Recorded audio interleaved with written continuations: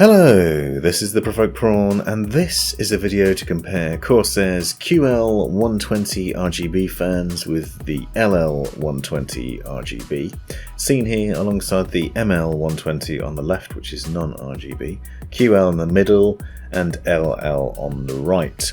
Now, I've recently installed 8 of these QL120 RGB fans in my Corsair Crystal 680X case, replacing the LL120s that were previously installed in there, and I want to talk to you about the differences between these two fans and why the QLs might be interesting, not least of which is the improved RGB lighting. So you can see here the rear of the fan, the QL, has a lot more lighting abilities because the ring around the outside and in the center is more visible. You can also light both the front and the back individually within Corsair's iCUE software, and I'll show you that a little bit later on in the video. And that means that you can mount them in both directions and still get the best benefit. So you can see the LL120s here previously mounted in my case. Some of them I had set the wrong way around, but it was done on purpose because I wanted to make the most of the RGB lighting. So the top fans, for example, are set to exhaust when really they should be intake, but that's because I wanted to make the most of the front-facing RGB from those fans, and it looked great, but you can see there's a problem if you mount them the wrong way around.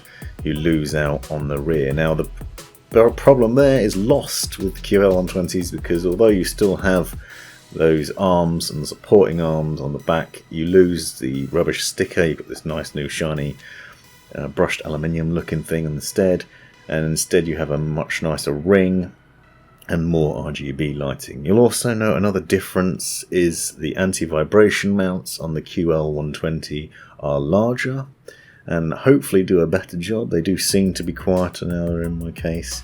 Technical specs wise, and I'll leave the full of those specs in the description below, so please be sure to check that out. But I was interested to see that both fans top out at 1500 RPM, so they've got similar speed. You actually have a slightly higher max sound level at 26 decibels for the QL120 versus 24.8 decibels for the LL120s, and max airflow is 41.8 CFMs for QL120s versus 43.25 for the LL120s. So actually on paper the LL120s are better in that they make less noise and have better airflow. However, for lighting purposes and a much more premium design, the QL120s certainly stand out a lot more. They look better from both angles, and you have a lot more flexibility in terms of customization when it comes to the individual lighting and addressing those. You can see if you look carefully, the LEDs around the rings in the center and the outside. You can see them individually on both sides. Obviously this video doesn't do the fans justice. In reality they look a lot nicer than this.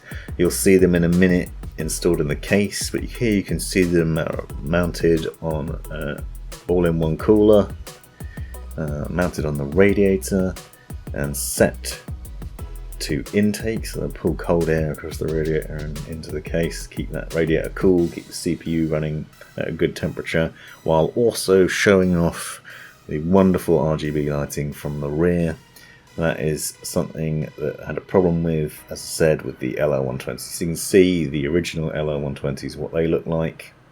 Also worth noting, the QL120s have a different setup. So the LL120s used RGB lighting hub. Now there's a different setup because these new fans have a lighting node core instead. So you need to use that instead because that copes with the 34 individual RGBs better, and therefore you need to set up the fans and plug them into this box. So in my instance I've got 8 fans set up here, so I had to use 2 of these nodes alongside the Commander Pro.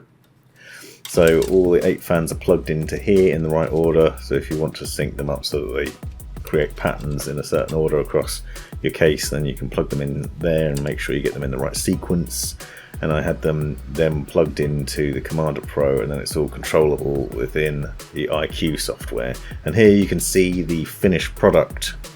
I have both the top and front set to intake, and then the rest of the fans are exhaust, and yet you still get a lot of wonderful RGB lighting on there, setting the case on fire with all the different colours that are possible. Defaults to rainbow when you first turn it on, but you can then customise it within the Corsair iCUE software really easily.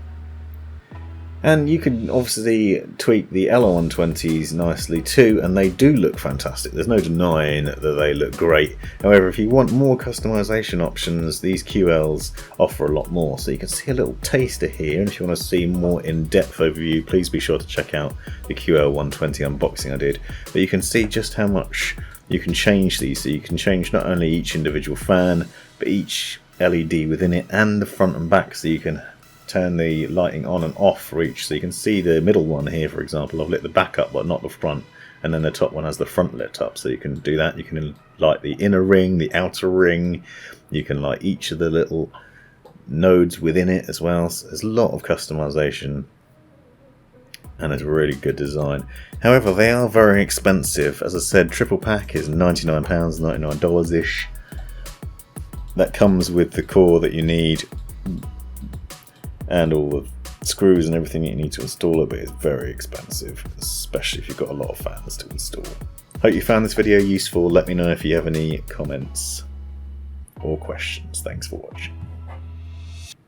This has been the Provoked Prawn. Hope you found this video useful, interesting or hilarious. Be sure to subscribe and check out these other videos, as well as taking a look in the description for links and other information you might find useful. Let me know in the comments if you have any questions or anything you'd like to see extra about this, and have a great life.